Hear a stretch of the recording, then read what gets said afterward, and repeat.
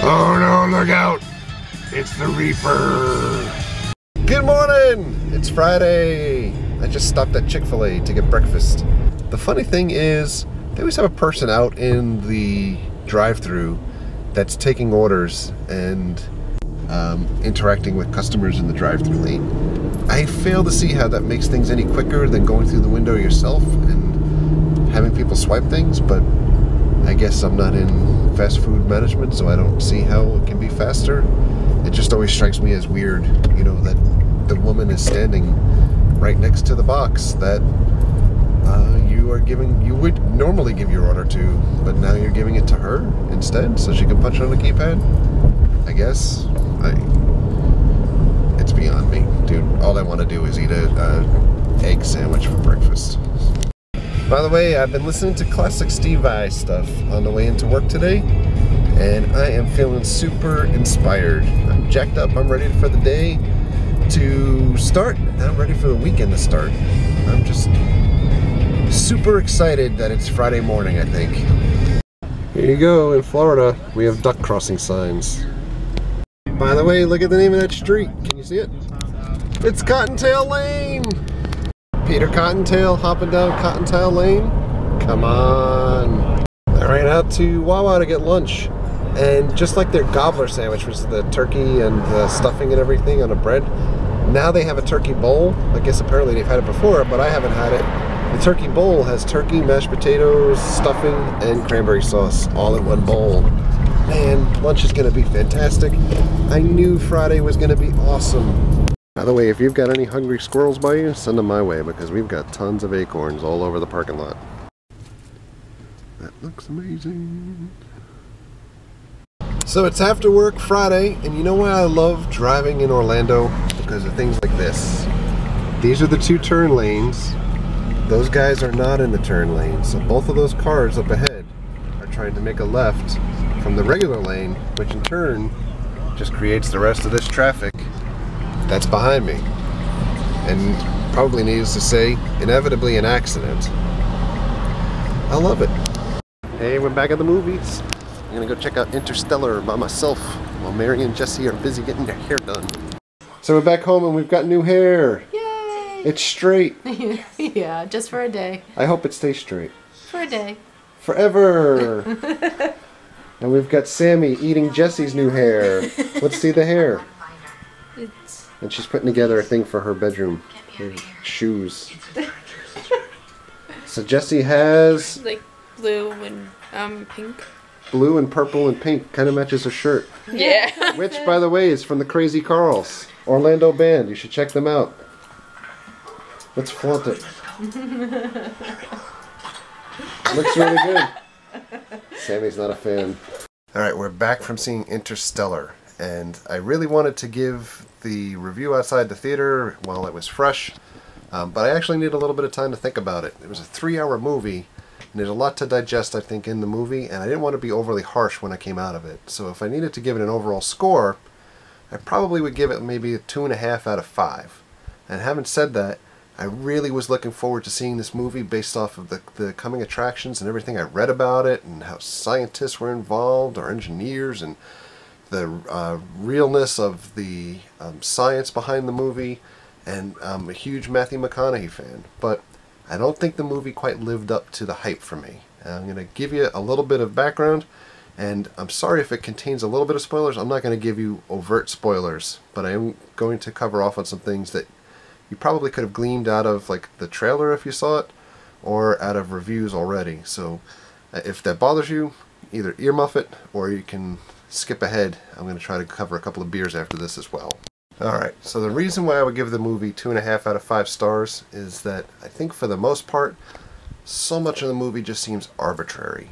What I mean by arbitrary, it means there's not a lot of plot development or script development. For a movie that's 3 hours long, it just seems like an awful lot of the movie that's spent within the first hour or so just seems to just happen for no rhyme or reason. There's not a lot of backstory or explanation, so we don't get into why the Earth is in the shape that it's in. I don't think that we ever hear what year it is exactly either, or why the crops are dying, or why, we're not at war anymore and we're at peace, and why NASA was shut down. And it gets to the extreme of arbitrary when we look at like, hey, Matthew McConaughey's character has showed up. He's flown spacecrafts before, aircrafts, and just happened that he happened to be in the right place at the right time, and they desperately need him, even though they didn't know that he was still out there, and he didn't know that they existed. As of one night, and all of a sudden the next morning, he's flying a spaceship with a crew that he's never worked with before, and there's no training montage, and there's no backstory to anything. It's just like, hey, on the way home, one of your friends calls you up that you haven't heard from in the last, 20 years, and they say, hey, by the way, why don't you come back to work for me tomorrow? Even though you haven't done this in so long, just go do it. And by the way, it requires you to go to outer space, and you may never come back again. And you're just like, screw it. That sounds good to me, I'll just do it. The other reason is this movie is super long. When we get into like 3 hours, it's definitely not one of those movies that you're like, oh, 3 hours, I could watch that for 3 hours. A lot of folks you could hear sitting around me were all at, the hour and a half, 2 hour mark, with the deep breaths of, like, when is this movie going to end? There's so many logical places where you think the movie could just be cut, or things could be cut out, and it's just not. It's just out there, and it feels like it's a 3 hour movie. The character development seems to be hit and miss as well, so some characters we explain and other characters we don't really seem to care about, even though they continue to be interdispersed throughout the story, but we just say, the hell with it. It's kind of like, folks had a big gripe against the last Transformers movie, and hopefully I'm not giving a big spoiler here, with the one with Mark Wahlberg in it, where his best friend dies, and they build up the character, and, the guy dies, and Mark Wahlberg's like, whatever, we'll just keep moving on. They don't give a second thought to him. And characters are like that in this movie too. Whether it was a close character in the beginning of the movie or not, it's just like, that character's not here anymore. Let's just move on. So, the other piece, special effects really seem to be kind of hit and miss. I mean, it kind of gives me like an 80s movie vibe, where some of the stuff looks really cool and other things. I think the two choices at my theater to see it were in 4K, which is what I saw it in, or IMAX. And some of the special effects just looked hokey to me for some reason. It didn't look like they spent a whole lot of money, considering so much of like the animation that goes on in films these days, and how crisp some things look. Some of the stuff just didn't look that way for me. I mean, this should not be a spoiler because I know they've shown this before, but one of the main characters in the movie is a robot, which essentially looks like SpongeBob SquarePants, except he's metal, and he's got equally long, like arm-leg type things that attach to him, and he's got a screen that apparently kind of looks like an LCD screen with like a blue cursor or blue text. If this is supposed to be so far in the future, don't we think that robots might look like androids at that point, or might look a little bit better or cooler than what looked in the movie? I just felt like, we were stuck between watching a movie in the future and watching something that might have been from like the 70s or 60s when you're imagining things that don't exist yet. We have cooler robots today that looked like they were in the movie. I think my last gripe was Christopher Nolan kind of pulls a Tarantino, and he has a lot of folks in this movie that have been in other Christopher Nolan films before. So folks that were in Batman or Superman, and it just seems like the same cast being reused again. And I think that was kind of a smart move or a fun move when Tarantino did that. And I'm thinking like, even 20 years ago, we're talking, when we did like the Pulp Fiction movies and going throughout all of the Tarantino films. But it's kind of been done. There has to be better folks that we can use somewhere. Overall, I like the story. I like the concept. I think the movie would be a lot of fun if it was a lot shorter. I can think of a lot of places that I'd be able to cut and probably cut at least 30 to 45 minutes out of it and not affect the continuity of the story. I think Christopher Nolan needed to be reined in and have a little bit better of an editor. I liked the science behind the movie. I love science fiction movies, and I hate to slag this one because I want to make sure that they keep making more in the future. But as a popcorn flick, it would be great if it was just not 3 hours long. So a couple of last random thoughts about the movie. I went to see this at AMC, and I was like captured there before the movie started with 20 full minutes of previews.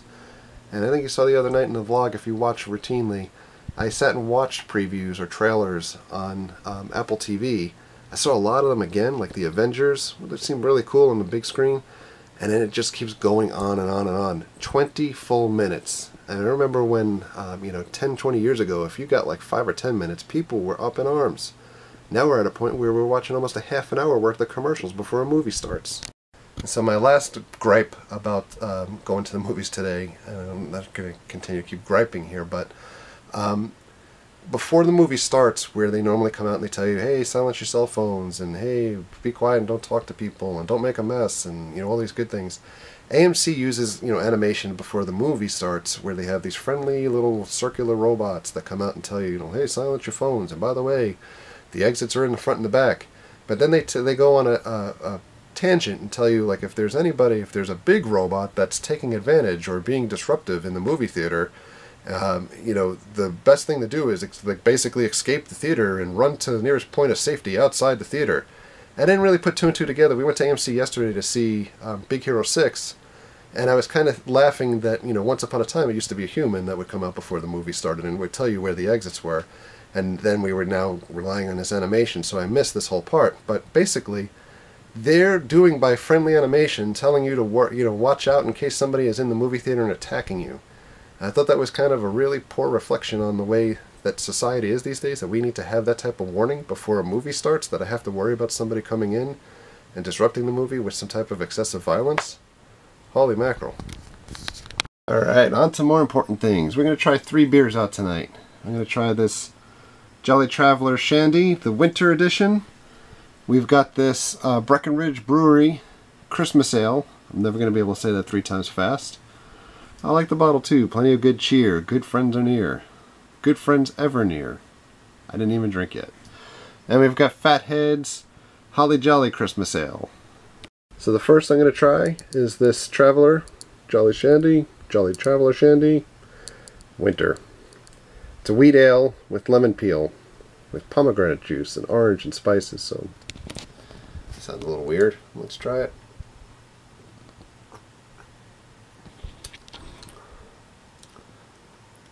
That is surprisingly good. I know I love this Traveler beer when it came to the pumpkin beer. This is actually really quite delicious.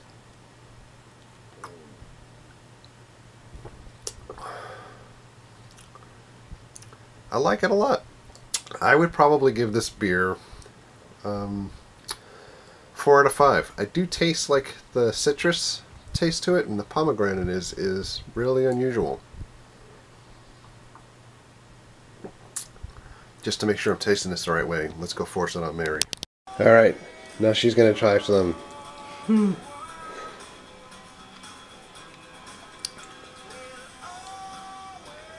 What'd you think? Not too fond of it. No? Mm-mm. I have the rest of this thing. Which can make it hard to get air in. So I talked to my doctor, and she said that's delicious. Alright, the next one up is this Christmas Ale.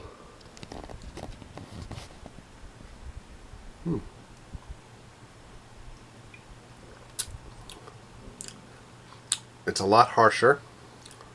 It's definitely a bolder taste. Try a little bit more.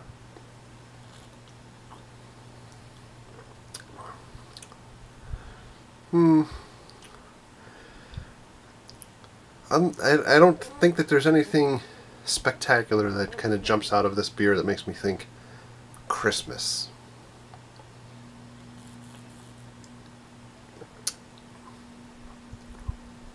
Kind of just bland, a little bit harsh. Not one of my favorites. Alright, the last one I'm going to try is this Fathead's Holly Jolly. And this is malt beverage brewed with spices and honey.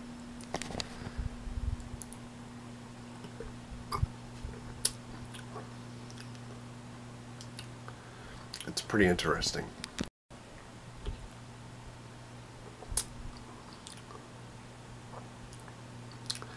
This one also has a little bit of taste of, I think you kind of have that Christmassy taste. It's funny because I'd almost say it tastes like a fruitcake almost, but definitely Christmas spices. So this is sweet malt, ginger, honey, and cinnamon spice. Try it one more time.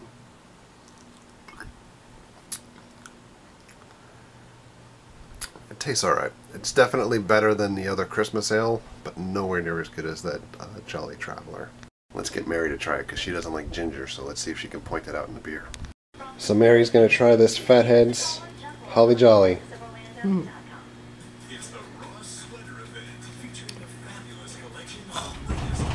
That's even worse. This one has ginger in it. So we're going backwards a little bit. Now Mary's going to try that Christmas ale. Hopefully before the dryer is going nuts.